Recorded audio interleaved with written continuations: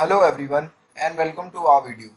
I am Shivam from SSR Infotech, and in this video session we will talk about collision domains and broadcast domains. So let's go ahead. First we figure out what is collision domain. The Ethernet term collision domain refers to a network scenario where one device sends out a frame on a physical network segment, forcing every other device on the same network segment to pay attention to it. This is bad because if two devices on a single physical segment just happen to transmit simultaneously, it will cause a collision and require these devices to retransmit. Think of a collision event as a situation where each device's digital signals totally interfere with one another on a wire. Let's take a look on this outdated network design shown in picture 1.0. This is an old legacy network that is a single collision domain where only one host can transmit at a time. It has only one collision domain but was. It is also a single broadcast domain. What a mess.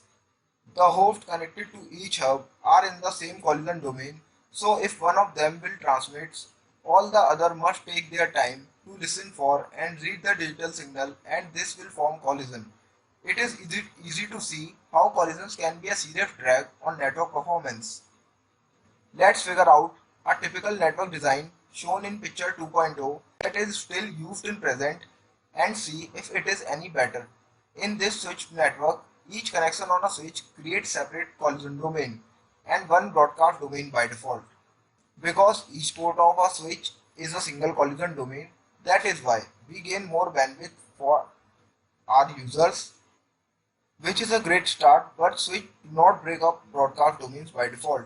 So this is still one broadcast domain which is not so good.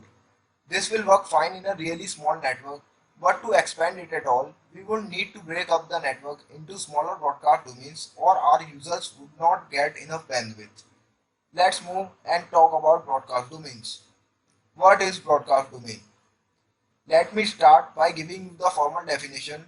Broadcast domains refers to a group of devices on a specific network segment that hear all the broadcast sends out on that specific network segment. But even though a broadcast domain is usually a boundary delimited by a physical media devices like switches and routers, the term can also refer to a logical division of network segment where all hosts can communicate via a data link layer, hardware address or MAC address broadcast. Picture 3.0 shows how a router would create a broadcast domain boundary. Here you can see there are two router interfaces giving us two broadcast domains, and I count 10 switch segments, meaning we have got 10 collision domains. The network shown in picture 3.0 is still in use today and routers will be around for a long time. But in this latest modern switch networks, it is important to create small broadcast domains. We can achieve this by creating and deploying virtual LANs, VLANs within. I hope now it is clear to you that what are the major differences between collision domain and broadcast domains. And thanks for watching. Please like, share and subscribe if you like my work. Have a good day guys.